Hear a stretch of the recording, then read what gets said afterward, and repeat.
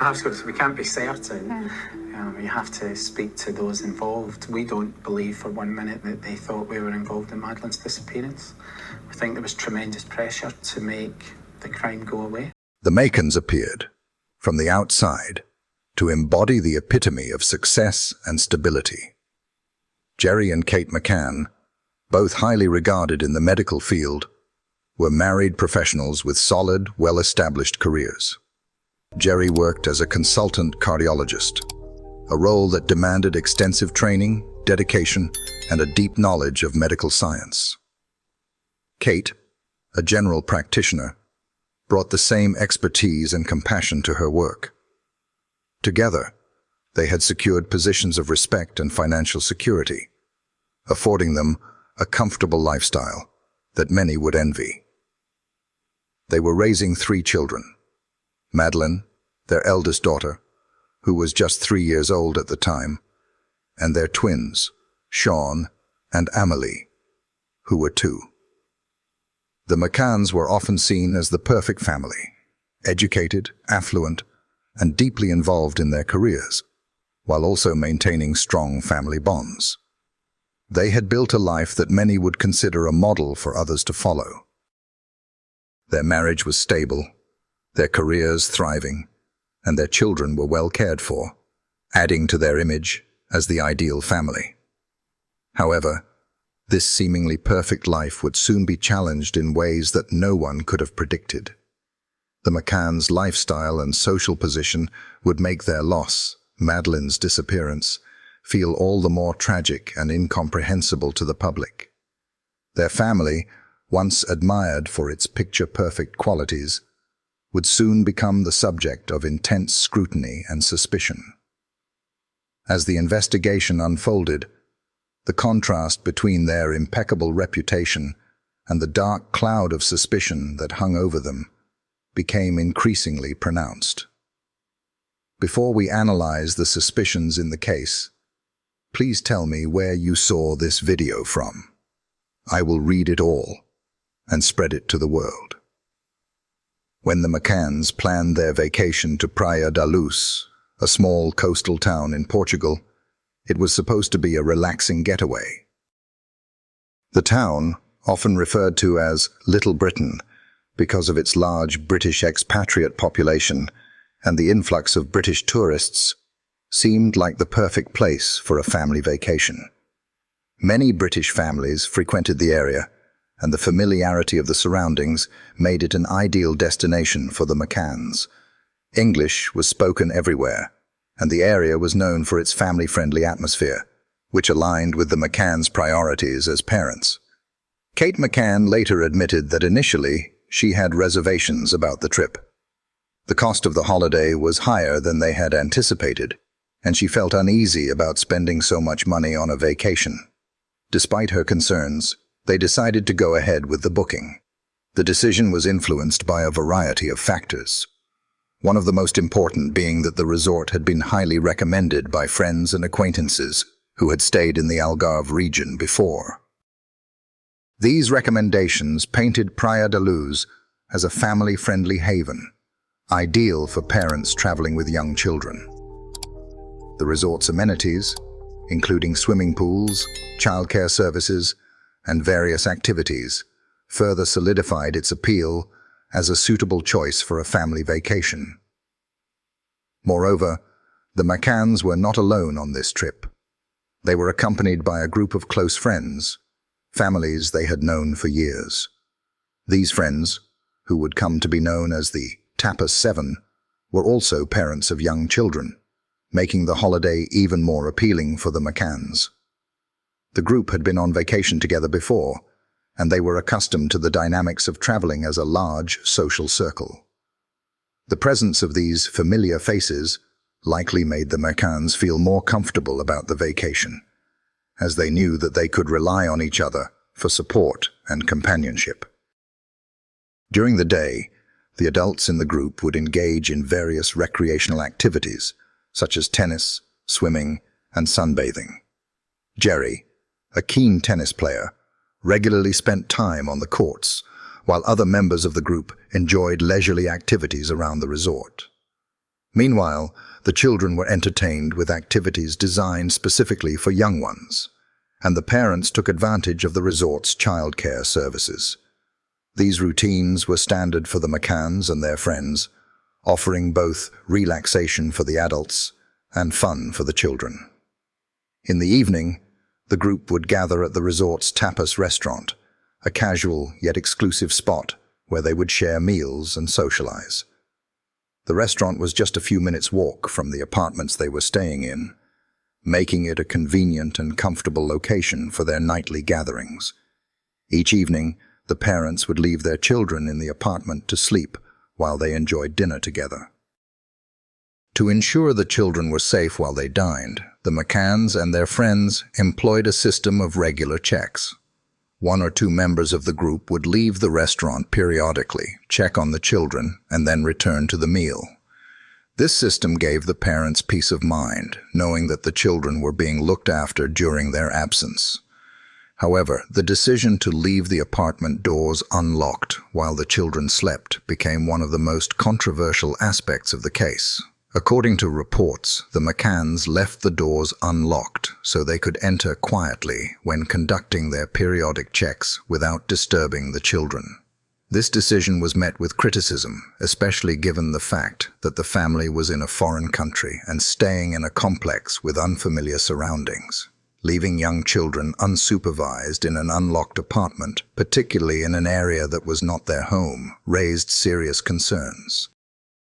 Critics were quick to point out that the McCanns, who were highly educated and well off, had the means to afford childcare services and could have made alternative arrangements to ensure their children were safe while they were out. The decision to leave the children alone, especially in such a high-profile case, would come under intense scrutiny in the following weeks. On the evening of Madeleine's disappearance, the routine was the same as usual. Kate McCann had reportedly gone to check on the children during the evening. According to her account, she had checked on the twins first, and everything seemed fine. Madeleine was the last to be checked, and Kate reportedly found her missing. The realization that Madeleine had disappeared sent the McCanns and their friends into a frenzy. Kate's words, "They've taken her," would echo in the minds of everyone involved, not just because of the panic in her voice, but also because of the certainty embedded in them. Kate immediately assumed that someone had taken Madeleine, but the question remained, who had taken her? Why was she so certain of this abduction when there was no evidence of forced entry? This moment marked the beginning of a series of reactions and decisions that would raise even more questions in the days and weeks to come. Adding to the complexity of the situation, Gerry McCann's remark during the airport bus ride came under scrutiny. He had said, "I'm not here to enjoy myself." This statement, while seemingly innocuous at first, raised eyebrows later. It was seen as odd for a father traveling with his family on holiday to make such a comment. What could Gerry have meant? Some speculated that his words were indicative of something deeper, perhaps a lack of attachment to the vacation, or even a sign that he knew something was amiss long before Madeleine's disappearance. In retrospect, the McCanns' seemingly idyllic family life, their decision to leave their children unsupervised, and their group dynamics with the Tapas 7 would all come under the microscope. The family's reputation as the perfect family began to crack under the weight of the investigation, and what once seemed like a simple family holiday now seemed fraught with unanswered questions. The assumptions people made about the McCanns, about their lives, their relationships, and their actions would soon be shattered, and the case of Madeleine McCann's disappearance would become far more complicated than anyone could have imagined. This vacation, which had begun with such high hopes, would soon become a nightmare that would haunt the McCanns for years to come. What appeared to be a carefree family holiday would be overshadowed by tragedy, confusion, and an endless search for answers that may never come. The disappearance of Madeleine McCann remains one of the most perplexing and widely debated cases of the 21st century. While the facts surrounding her disappearance or possible demise have remained elusive, one element stands out above all else: the so-called golden window of time, the 90 minutes between when Madeleine was last seen and when she was discovered missing. This crucial period is the key to understanding whether it could have been possible for her death to be concealed and whether any foul play occurred during that window. The timeline begins with a brief but significant sighting of Madeleine McCann at around 6:40 p.m. This is the last confirmed time anyone other than the McCanns and their immediate group saw Madeleine alive. David Payne, a member of the Tapas 7, reported seeing Madeleine that evening. David Payne, who was also a family friend, described seeing her in the apartment as he passed by it. At the time, Madeleine was reportedly playing in the living room, possibly waiting for the evening's activities.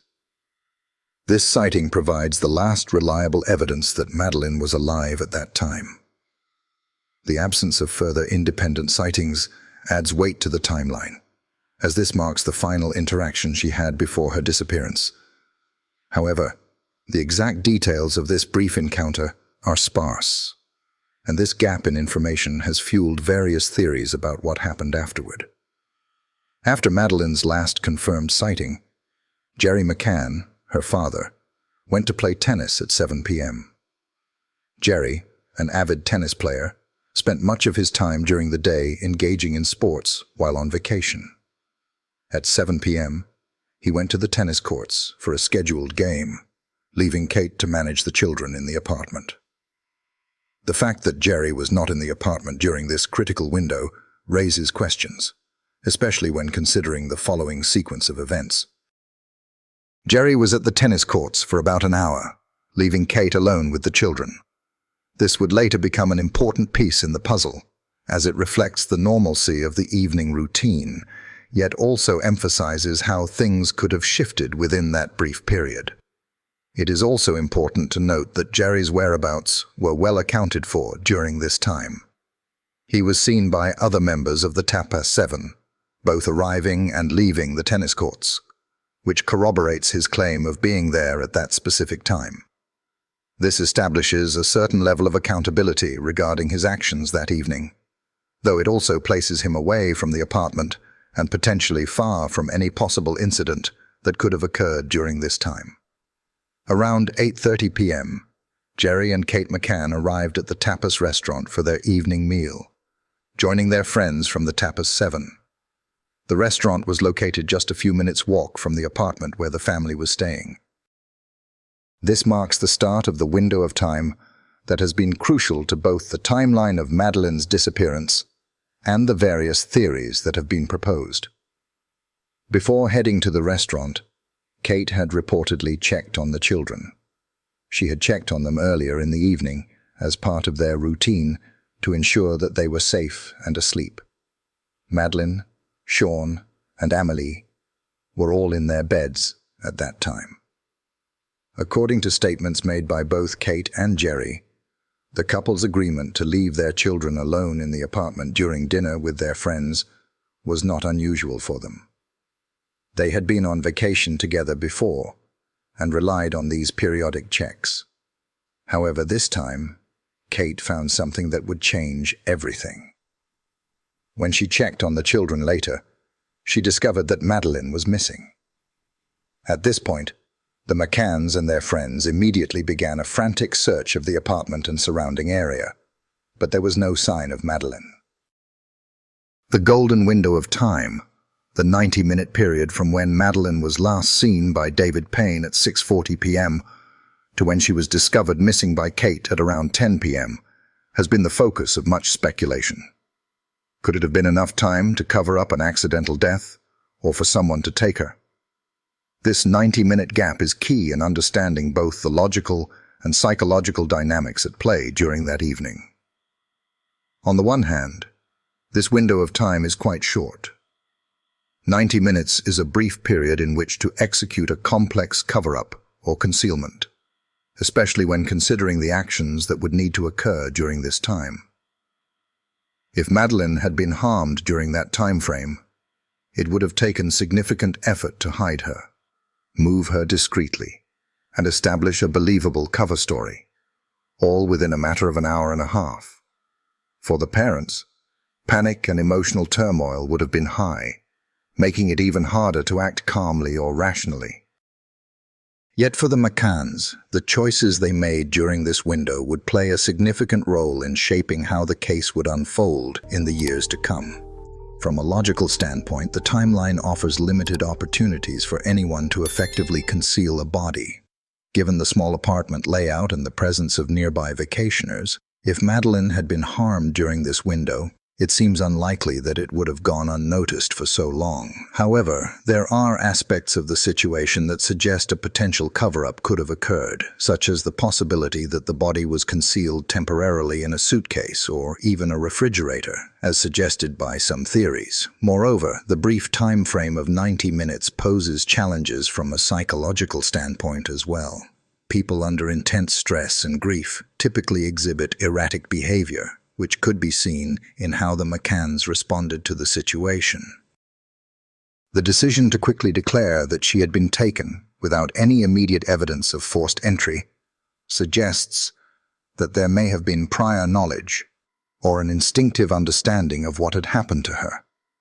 Kate's statement in that moment, "They have taken her," indicates an immediate belief in abduction, which might be seen as an emotional response rooted in panic, or potentially a strategic declaration to conceal the true circumstances of her disappearance. The theory that the McCann's statements and actions during the golden window were rehearsed has been suggested by critics. They argue that the swift adoption of the abduction narrative could have been part of a premeditated effort to mislead authorities and the public. Although this remains purely speculative, the idea that both parents were acting in unison, knowing exactly what to say and do, might suggest a deeper involvement in Madeleine's disappearance than what was initially apparent. In terms of the physical evidence, the 90 minutes also raises questions. The apartment was not immediately searched after Madeleine was discovered missing, allowing crucial evidence to potentially be altered or removed. Some theories suggest that the body could have been temporarily hidden in a bag or other container during that time, only to be disposed of later. This would have been difficult to do without leaving traces behind, especially in a setting where forensic investigators were likely to be on high alert. The golden window of time continues to be one of the most contentious aspects of the Madeleine McCann case. While 90 minutes might seem like a short time to conceal or cover up a death, the emotional and psychological factors at play on that night complicate the issue further.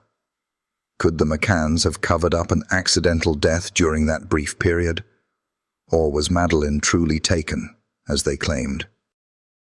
From a logical standpoint, the 90-minute window presents significant challenges for anyone attempting to conceal a death or crime. Yet, the actions taken during this time, along with the psychological pressure on the parents, leave room for doubt.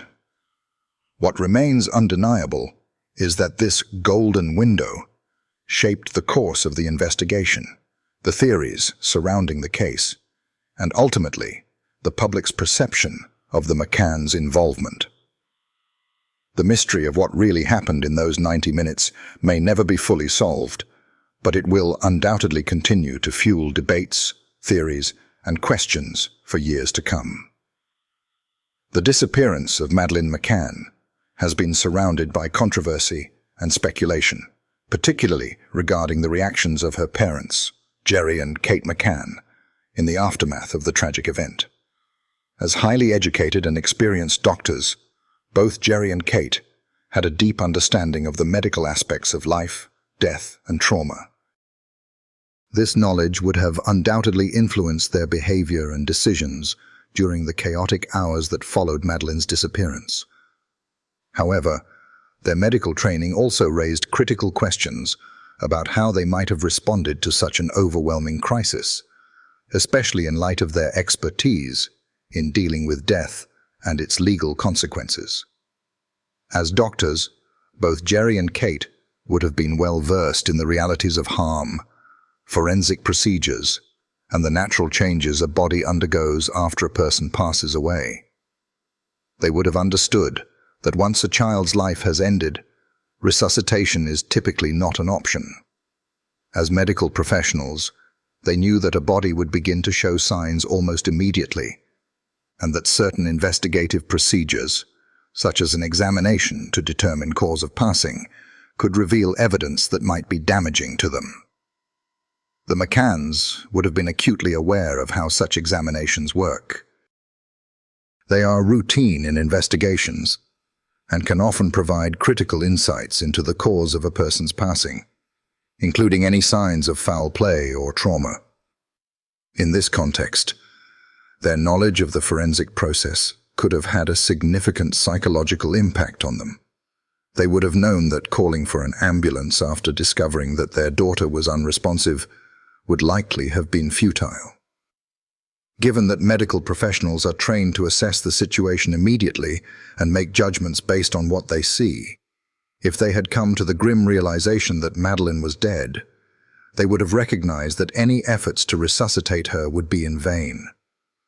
Unlike parents without medical training, who might have been driven by panic to dial emergency services in hopes of a miracle, the McCanns, equipped with a clear understanding of passing's finality, might have felt an overwhelming sense of hopelessness and dread at the thought of facing the situation head-on.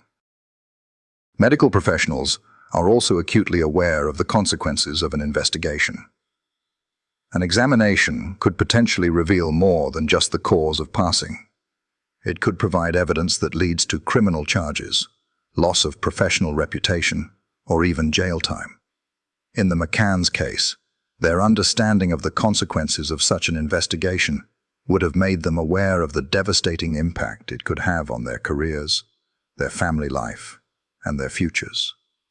In addition to the personal and professional toll of an investigation, there was also the looming possibility that the authorities would take their other children from them. As parents, the fear of losing their remaining children would have been a powerful motivator, one that could have clouded their judgment in the face of overwhelming grief and panic. The emotional paralysis that the McCanns may have experienced in the wake of Madeleine's disappearance is an important aspect of their response. As doctors, they were trained to maintain calm and composure in high-pressure situations. However, in the case of the sudden tragic passing of their child, they may have found themselves overwhelmed by a psychological phenomenon known as freezing, a response to extreme stress in which individuals feel paralyzed, unable to act or think rationally. This is part of the fight or flight response that humans experience in crisis situations. The McCanns, as experienced medical professionals, would have been familiar with this concept. Yet, when faced with the brutal reality of their child's death, they may have been rendered emotionally incapacitated. In the aftermath of such a traumatic event, grief and fear likely clouded their ability to make logical decisions. Rather than immediately seeking help or calling emergency services, they may have become fixated on managing the situation themselves. The idea of calling for help might have seemed impossible to them, as the consequences of involving authorities could have been disastrous. Their understanding of the ramifications of an investigation, especially in a foreign country where they might not fully understand the legal system, would have made them fearful of the repercussions of calling for help too soon.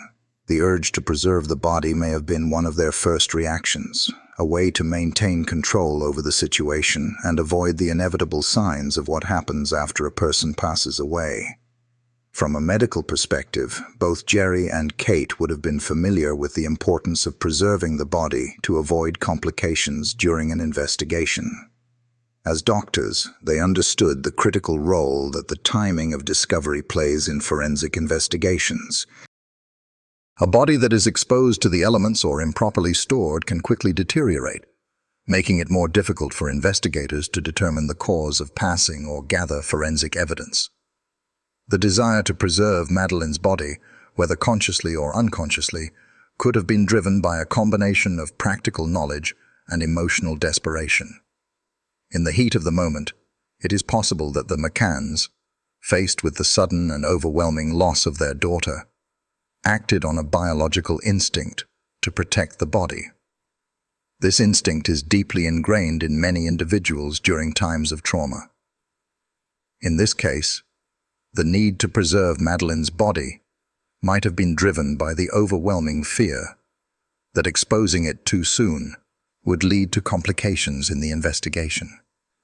It could also reflect an emotional desire to hold on to the last remnants of their daughter, to delay the finality of her death for as long as possible.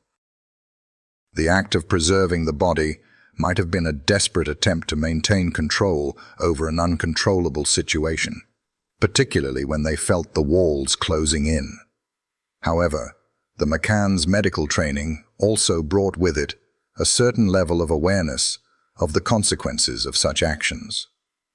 They would have known that hiding a body or attempting to conceal evidence would only complicate matters further. But in their panic and shock, they may have failed to act rationally. The sense of powerlessness and fear in the face of such a horrific event could have led to actions that were less about logic and more about survival, an attempt to protect themselves, their family, and their reputations from the consequences of a tragic accident or a possible crime. In addition to their fear of legal consequences, the McCann's emotional state played a significant role in their reaction. The grief of losing a child is immeasurable, and the overwhelming sense of helplessness in that moment may have led them to make decisions that seemed out of character or inappropriate given their backgrounds. Doctors are trained to deal with passing professionally, yet the emotional weight of losing their daughter may have caused them to act in ways that appeared cold or detached. This behavior, however, could be understood as a result of the psychological and emotional toll of the situation, an overwhelming fear of what would happen next, and an attempt to shield themselves from the full emotional impact of their loss. In conclusion, the McCann's professional background as doctors likely influenced their actions in the aftermath of Madeleine's disappearance in ways that were both rational and irrational. Their deep understanding of a person's passing and forensic procedures would have made them aware of the grim realities they faced, but it may also have contributed to their emotional paralysis and the desperate desire to protect their daughter's body. These medical instincts, combined with their overwhelming fear of legal consequences and the potential loss of their remaining children, created a complex psychological dynamic that ultimately led to decisions and actions that would be scrutinized and criticized in the years that followed. The disappearance of Madeleine McCann has captivated the public and raised countless questions, particularly around the strange and suspicious circumstances that unfolded in the aftermath of that fateful night. Among the many aspects of the case that continue to fuel speculation and debate, one of the most intriguing and enigmatic elements is the mystery surrounding the three missing items: the fridge, Gerry's tennis bag, and Madeleine herself. These three objects, seemingly unrelated at first glance, are at the center of several theories regarding the concealment and transportation of Madeleine's body. The first item that went missing was the fridge in the McCann apartment. According to reports, Gerry McCann himself removed the fridge from the apartment. The disappearance of this particular item raised immediate questions. Why would a fridge, a seemingly mundane household appliance, be removed from the apartment at such a crucial time? The fridge, typically used for storing perishable food, suddenly became a focal point of suspicion. From a forensic and logistical standpoint, the idea of using a fridge to store a body makes sense, especially in a scenario where the goal is to delay the natural process that occurs after a person passes away. As trained medical professionals, Gerry and Kate McCann would have understood the importance of keeping a body preserved for as long as possible in order to prevent decomposition and to avoid the unpleasant physical signs that occur after passing. The fridge would have served as a means of preserving the body temporarily until they could figure out a more permanent solution, or until the immediate panic and chaos had subsided. The cold environment of the fridge would have slowed the natural process of decomposition, making it a practical option to hide the body for a period of time. This theory of using the fridge to preserve Madeleine's body is not only plausible from a practical standpoint, but also ties into the broader narrative of medical knowledge.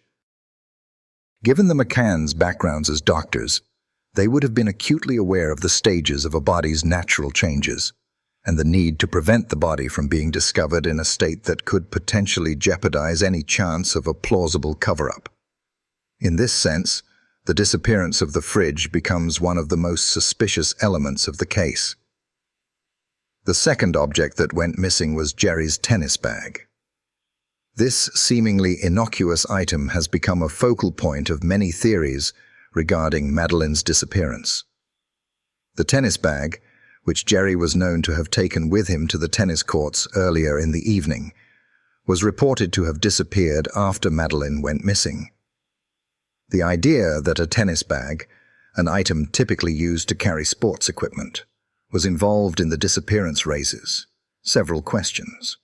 Why would Gerry take his tennis bag with him, only for it to suddenly disappear?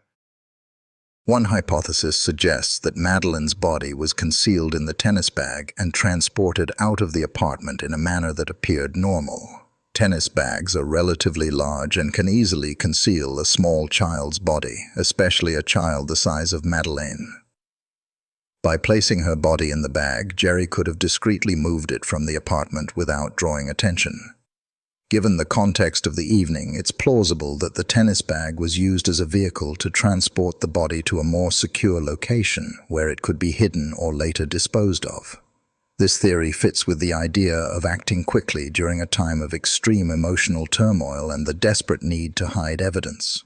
Furthermore, the fact that Gerry carried the tennis bag out of the apartment after his game while still wearing his tennis gear provides further support for this theory. On the surface, this behavior might seem entirely normal, a man returning from his tennis game carrying his bag. But in the context of the situation, it becomes highly suspicious. The tennis bag's disappearance could have been a calculated move, allowing Gerry to transport the body without raising any suspicions. The tennis bag was something that could easily pass as normal, a piece of equipment that Gerry was already known to carry around. However, the fact that it disappeared without explanation adds another layer of mystery to the case. The third and most tragic element in this equation is, of course, Madeleine McCann herself.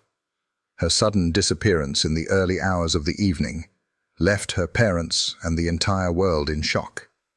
But the question remains: was she taken by someone, or did something else occur?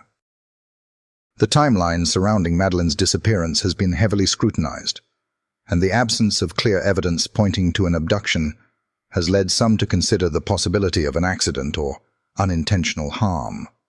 If Madeleine's passing was accidental, such as a fall or an incident in which she was accidentally injured, the McCanns, with their medical knowledge, would have been aware that the immediate aftermath would be critical. They would have known that time was of the essence in preventing the body's natural changes or the discovery of any evidence that could link them to the passing. Madeleine's body would have needed to be hidden quickly, and both the fridge and the tennis bag may have been used to facilitate this. The urgency and panic surrounding the events could have prompted them to make decisions that seemed cold or detached, but were actually driven by a deep, instinctual desire to control the situation. The use of a tennis bag to conceal her body also ties into the broader narrative of protecting the body. If the McCanns had any inkling that the passing might be ruled an accident, they would have known that hiding Madeleine's body temporarily could buy them time to come up with a more coherent explanation. Whether it was to avoid legal repercussions or to delay the inevitable consequences of a child's tragic passing, the McCanns' actions could be seen as attempts to protect themselves and their family from the fallout. In many cases of a missing child, investigators have found that individuals often have access to a hidden location, a property or secret space where a body can be concealed temporarily. The McCanns, being well-traveled professionals, may have had access to such a location. The idea of a vacant property or a familiar empty house is a concept familiar to travelers, especially those who visit places like Praia da Luz, which is frequented by British expatriates and tourists.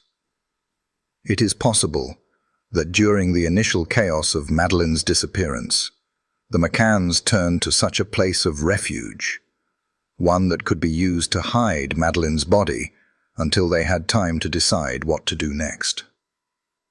This hidden location theory aligns with the concept of familiar houses being offered to trusted friends or family members during vacation stays. A previous offer of an empty property nearby could have provided the McCanns with an alternative place to hide the body, particularly if they feared the imminent arrival of law enforcement or the investigation that would soon follow. The idea of moving the body to a safe, familiar location where they could control the situation more easily would have been a logical step to take, given their sense of urgency and desire to manage the fallout. The three missing items, the fridge, the tennis bag, and Madeleine herself, are inextricably linked in the timeline surrounding Madeleine McCann's disappearance. These objects, when examined together, paint a picture of a calculated response to a tragic accident or possibly a premeditated cover-up. Whether Madeleine's passing was truly accidental, or whether it was a more deliberate act, the actions taken by the McCanns, particularly the use of the fridge and tennis bag, offer potential insight into how they might have reacted in a moment of extreme panic.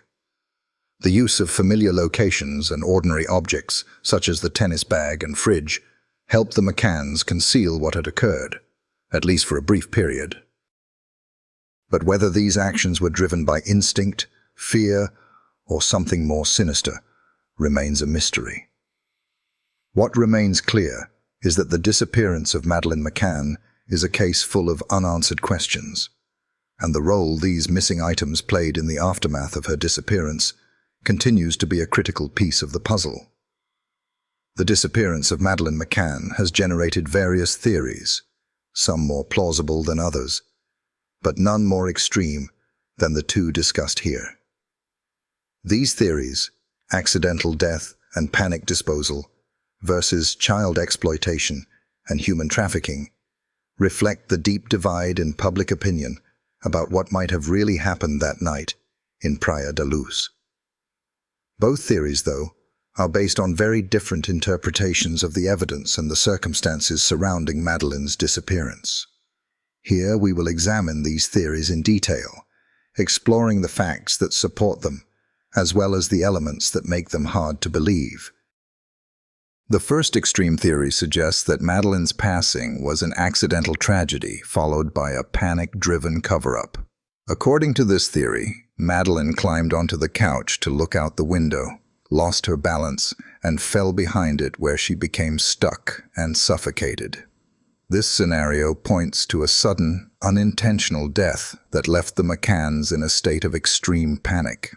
As doctors, they would have known that any attempt to revive her would likely have been futile, and they might have acted quickly to conceal the accident, driven by fear of legal consequences, public judgment, and the emotional toll of losing their child. One piece of evidence supporting this theory is the testimony of neighbors who reported hearing a child crying late in the evening, possibly Madeleine. This could suggest she was trapped and crying out for help before she passed away. However, there is no definitive proof that it was Madeleine or that the crying occurred at the time of her death. The disappearance of the fridge and tennis bag also fits into this theory. The fridge could have been used to temporarily preserve her body, preventing changes to her body, while the tennis bag seen with Gerry McCann might have been used to conceal and transport her body discreetly. These items suggest the McCanns were trying to control the situation, buying time to process the tragedy. However, this theory faces challenges. The McCann's delayed response in contacting authorities raises suspicions, as it could be seen as an attempt to hide the passing before involving the police.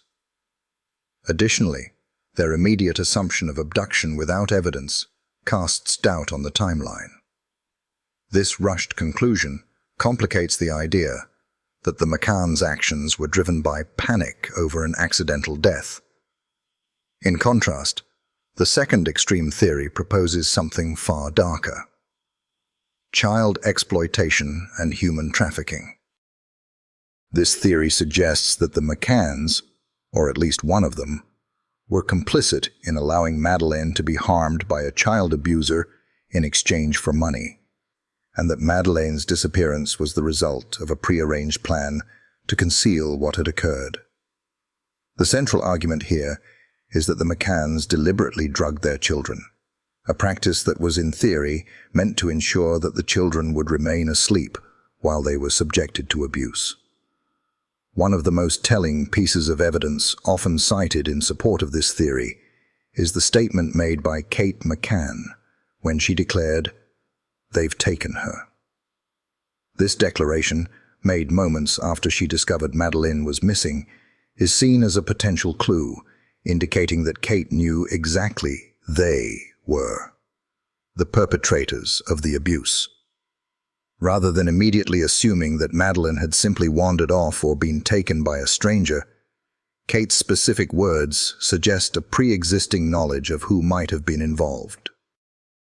Some theorists believe that the "they" Kate referred to was part of a prearranged plan involving individuals who harm children, possibly even a network of human traffickers. Another piece of evidence frequently cited by proponents of this theory is the McCann's possession of books about child trafficking. These books were found in their apartment and raised questions about why a family on vacation would be carrying such material. It is also suggested that the McCanns knew more about trafficking and abuse than they publicly admitted. The presence of such books could indicate that they were aware of the risks of child exploitation, and perhaps they had made some arrangements in the past that might explain why Madeleine was in danger in the first place. In addition to the books, it is alleged that the McCanns used sleeping pills or sedatives on their children to keep them unconscious during the alleged abuse. The theory proposes that drugging the children was seen as a way to prevent them from waking up and witnessing anything that might have occurred. This would explain the absence of any screams or sounds of distress during Madeleine's disappearance. If she was sedated and unconscious at the time of her abduction, she would not have been able to cry out for help, and the perpetrators could have easily taken her without anyone hearing. However, there are several issues with this theory that make it hard to believe. One of the major inconsistencies is the presence of bodily fluids found in the rental car and on the walls of the apartment. If the McCanns had been involved in an organized plan to sell or exploit their child, why would there be signs of a struggle in the apartment or the rental car? If Madeleine was sedated, she would not have been in a state of distress, and there should have been no reason for such signs to be present. Additionally, the theory suggests a motive for the abuse. Yet the McCanns were financially well off and had no known need for money through such illegal means.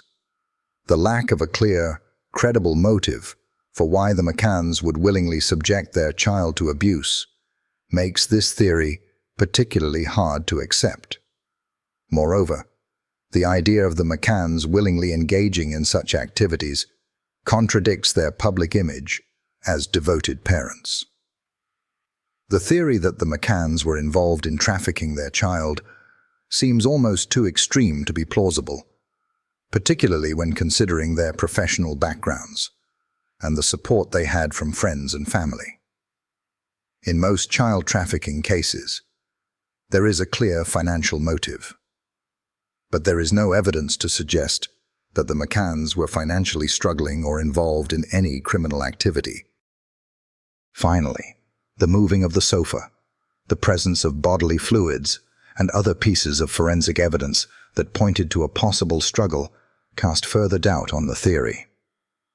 If the McCanns were involved in an elaborate scheme to stage an abduction, why would they risk leaving traces of a struggle and evidence behind?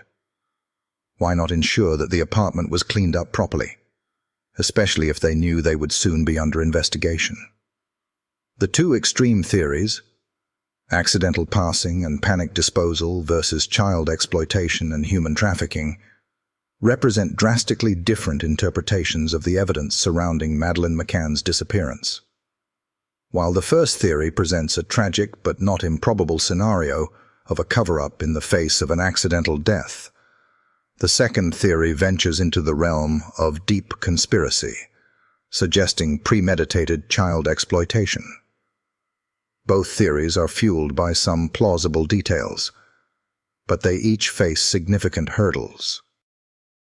The presence of forensic evidence, inconsistencies in the timeline, and the lack of clear motives all complicate these theories.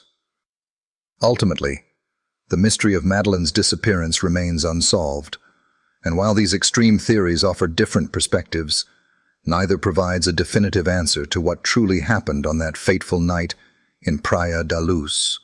The interviews conducted with Gerry and Kate McCann in the aftermath of Madeleine's disappearance have been a subject of intense scrutiny, particularly regarding their behavior and the inconsistencies in their responses. These interviews, captured on video, have fueled widespread speculation and have become critical pieces of evidence in the public's perception of the McCanns' involvement or lack thereof in the case. Two main issues have stood out in the interviews: Gerry's perceived duping delight and the differences in the way he and Kate answered questions. Additionally, the theory that one parent may have been involved while the other was innocent raises intriguing psychological questions, particularly within the context of partnership crimes. One of the most notable elements of the interviews is Gerry McCann's suspected duping delight, a psychological term used to describe a facial expression or behavior that suggests a person is secretly pleased or amused by the deception they are trying to hide. This behavior has been identified in several moments during Gerry's interviews, where, in response to certain questions, he exhibits signs of subtle amusement. His smile or smirk, particularly when discussing matters he should have been emotionally distraught over, raise suspicions that he might not have been as grief-stricken as one would expect from a parent whose child had gone missing. Observers pointed out that Gerry's reaction to certain questions about his daughter's abduction seemed inappropriate or out of place. For example, when asked about whether he had seen anything suspicious prior to Madeleine's disappearance, Gerry's response was delayed and somewhat evasive. He smiled awkwardly before answering, and even appeared to struggle for words, a behavior that many found troubling. His body language, including smiling, laughing, and looking somewhat amused, was not in line with the expected emotional reaction to the tragic loss of his daughter.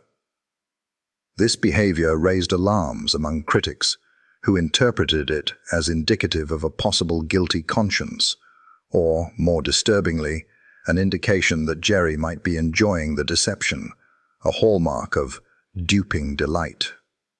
This concept of duping delight is not universally accepted, and some have argued that these reactions could be simply nervous behaviors in a highly stressful situation. After all, speaking publicly about a missing child is an incredibly difficult and emotionally overwhelming task. However, when coupled with his more delayed responses and attempts to deflect uncomfortable questions, Gerry's behavior becomes suspect to those looking for signs of guilt or involvement in his daughter's disappearance. Another point of concern for interviewers and viewers alike is Gerry's tendency to give long-winded, convoluted responses to relatively simple questions. His answers often lack directness and clarity. For example, when asked about the events surrounding the night Madeleine disappeared, Gerry's responses often seemed to lack focus and simplicity, leading some to believe that he was attempting to avoid revealing crucial details. His long-winded nature in interviews is particularly stark when contrasted with Kate's more succinct, direct answers. Kate, in most cases, gave shorter, more straightforward responses, which some viewers interpreted as a sign of genuine emotion and grief. Meanwhile, Gerry's more calculated responses raised suspicions about his sincerity. In these moments, he appeared to be constructing his answers carefully, possibly to control the narrative or avoid giving away potentially compromising information. This level of detail and evasion is often seen in individuals who are attempting to conceal something they know. When people lie, they sometimes offer excessive detail to make their story appear more credible, and this is often seen as a defense mechanism in case of suspicion.